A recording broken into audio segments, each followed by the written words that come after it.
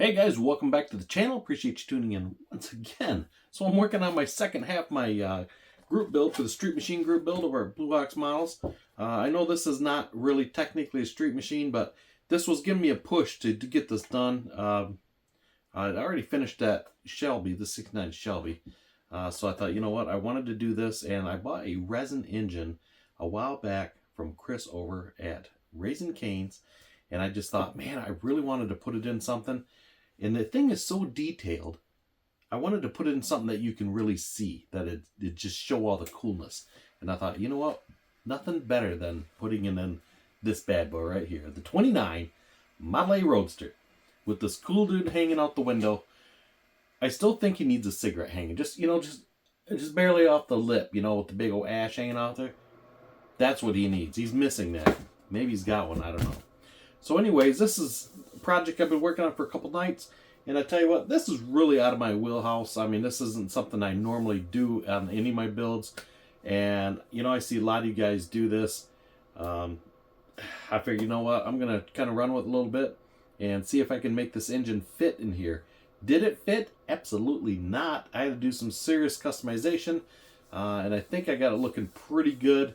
So I thought I'd bring you guys in on it and show you what I got going on, bring you up to speed where we're at with the build, and kind of go from there. So we're doing mock-up right now and all the good stuff, and I'm about ready to get the frame into paint at this point.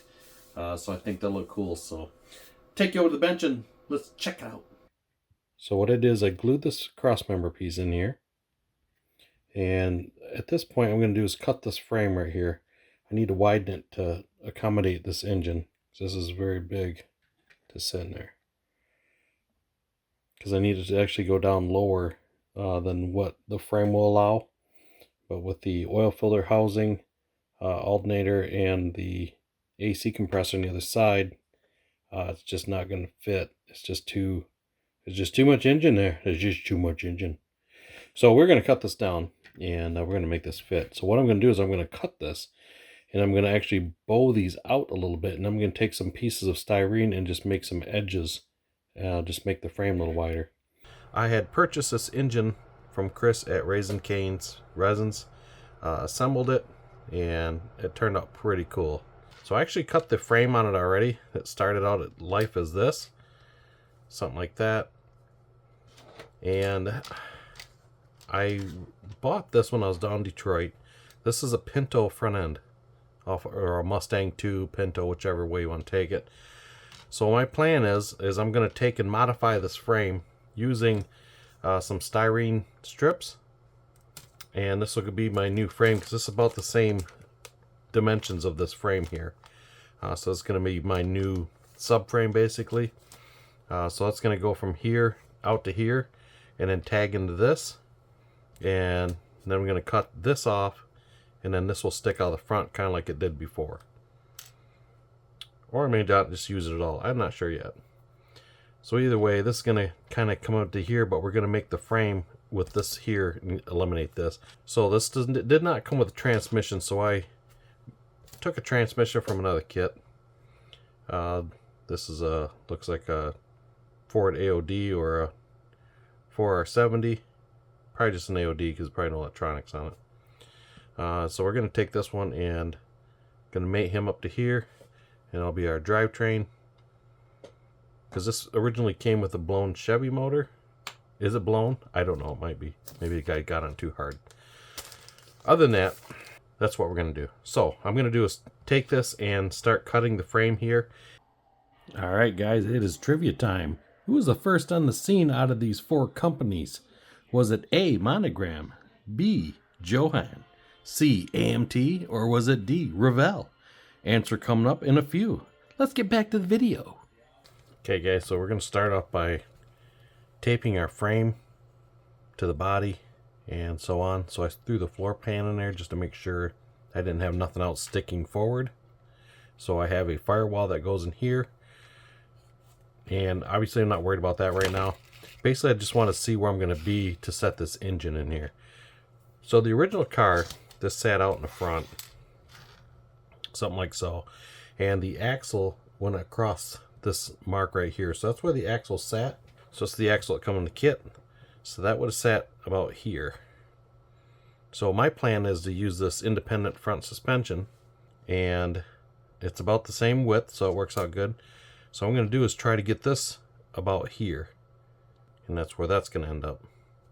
And instead of the radiator sitting in these pieces here, I guess this sits like this. Radiator sits in those two notches. I'm actually going to do is put the radiator right on top of that support right there. That's how I'm going to do that. I'm just going to mark some locations to where that needs to be cut and kind of go from there. So we're going to start widening the frame right here. So what we're going to do is take and cut that off. So I have a couple ways of doing that. One is obviously just a knife to run it through. So I'm going to take and just kind of get it started here. And then other than that, I can take a razor saw. A little razor saw like this works really good. Let's put it across my marks. I could use a Dremel, work just as good too, but it's in the box, so I don't feel like getting it out. Alright, so we got our pieces cut. So now what we're going to do is figure the width of this engine. So the engine's going to sit about here. I want that right to the edge of my new frame. Okay guys, so I have this piece here put on, so what I'm going to do is pin this. So another thing I did is I took the springs out of it, the resin springs, which actually were pretty cool looking. I mean, these are pretty neat. Here's one here, kind of a full assembly. Those actually were pretty cool. So I took the springs out of it and I cut the pockets down, and I'm using these springs instead. And I'm going to leave them with the gold color. These are an ink pen. So I did basically cut it, and I cut the heavy part out the bottom because there was like 3 rings down there, and just took side cutters and cut them and slid up in there. They work great. They look good. So that's going to be the spring. So I need to do is move this frame over a little bit to compensate for this motor. And I was going to start on the frame side, but I thought, you know what, I'm going to start on this side and work my way back. That way it'll be easier, because once I get here I can just tag it just anywhere. But the frame up here is what's going to make the difference. So the biggest thing on this is to clear the oil filter. So the oil filter on these Predator motors is right here. It's like a canister filter. Yeah, I probably could have taken it off and relocated it, but I still have the alternator in the way. And I don't want to sit there and try to reroute everything. So it's just easier just to make a little extra frame piece and call it good. So, that's what we're doing here. So I drilled a hole all the way through here. So I'm going to drill another hole here. And once this cures a little bit, I put CA on the first piece and I put regular Tamiya thin on the second. That way, because I think, you know, the Tamiya styrene on styrene, that works better than super glue. It actually melts it versus just bonding 2 pieces. So we're going that route. So once that dries, I'll take my drill and I'll drill that all the way through, and then I'll put a wire in there and I'll pin it just to make sure, just for a little extra strength. And then I'm going to do is drill a little section here, and I got a piece here, and this will be the piece that'll come out, and that'll extend my frame out just enough to clear that.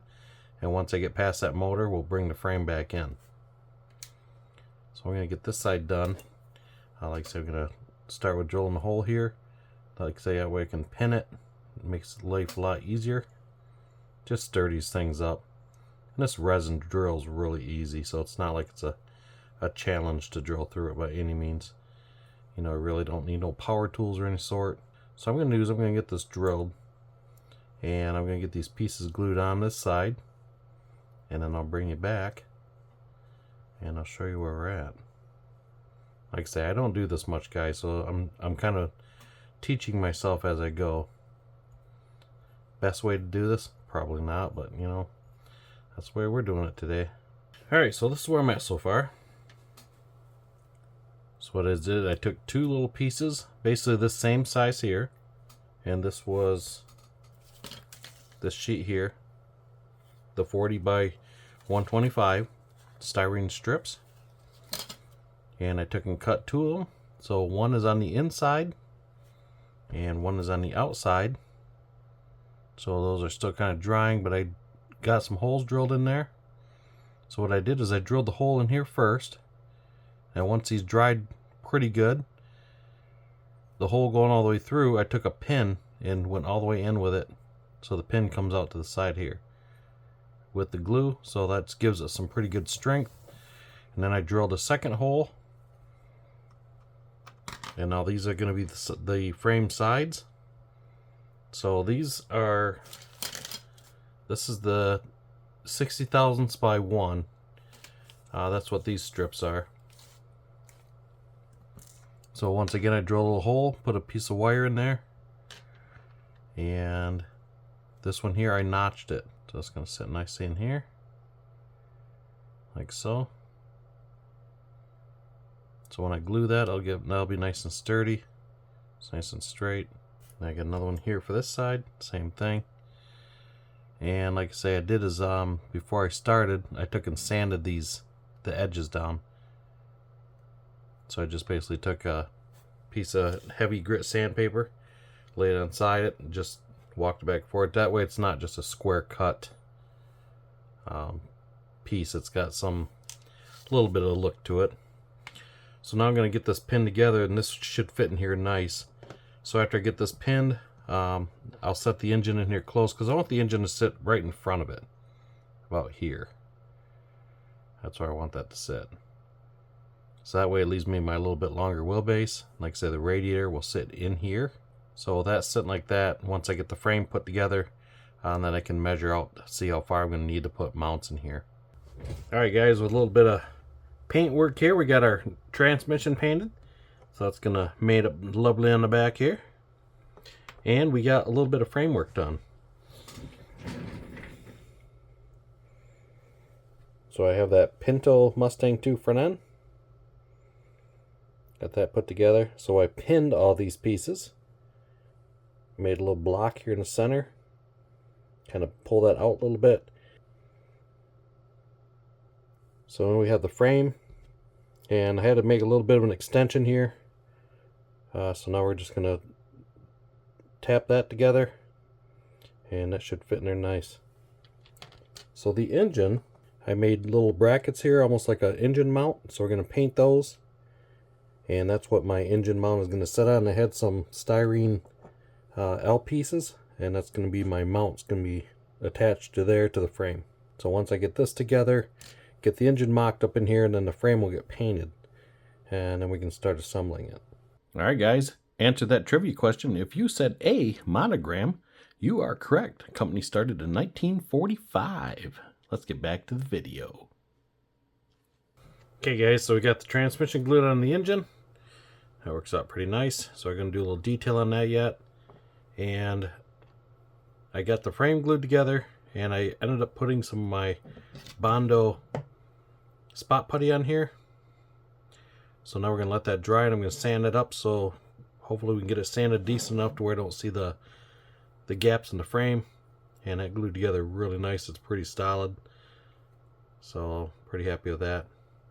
So we'll see how it turns out once it dries out a little bit. So I'm going to put it in a Suzy Bake oven and speed up the process here.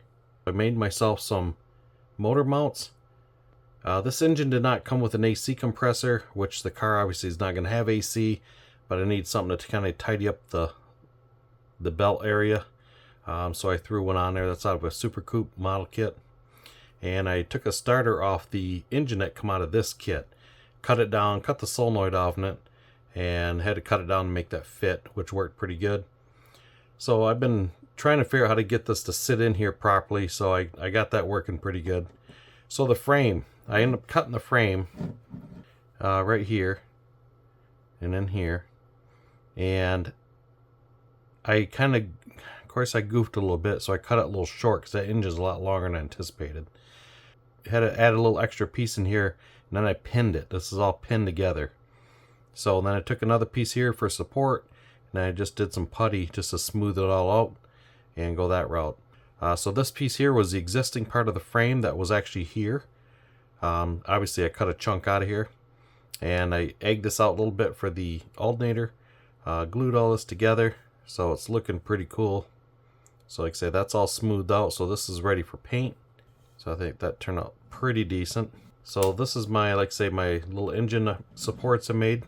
So once this is painted, this will basically just sit on here like so. It'll sit on those supports. So it'll look pretty good. Get that, see how that sits there. So I'll just sit on the frame like so. So I thought that looks pretty cool. Obviously we can straighten it around once it's in there, but you get the idea. Like I say, we're just mocking everything up right now. So then I took some other styrene strip, some angle iron type strip, and did another cross brace, just kind of give it a little extra look. So I'll get all that painted up and all that good stuff. And I got a pan for that. That's a chromy pan.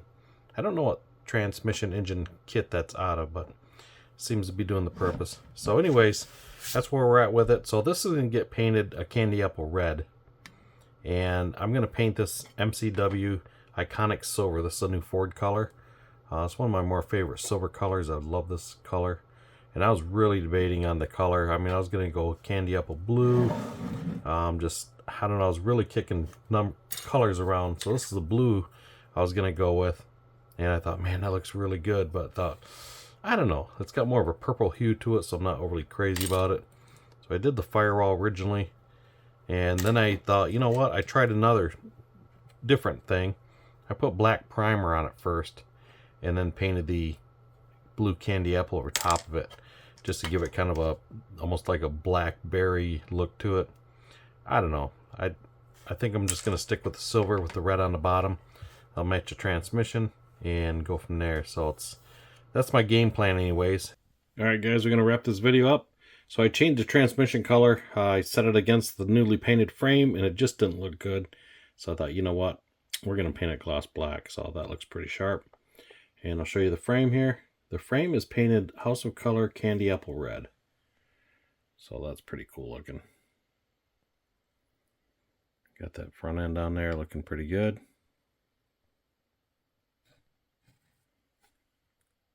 So that fits on there nicely. So it should be pretty cool when it's all complete. Well, it's pretty dry, but dummy me, I put a fingerprint in the front because I painted this 2 days ago.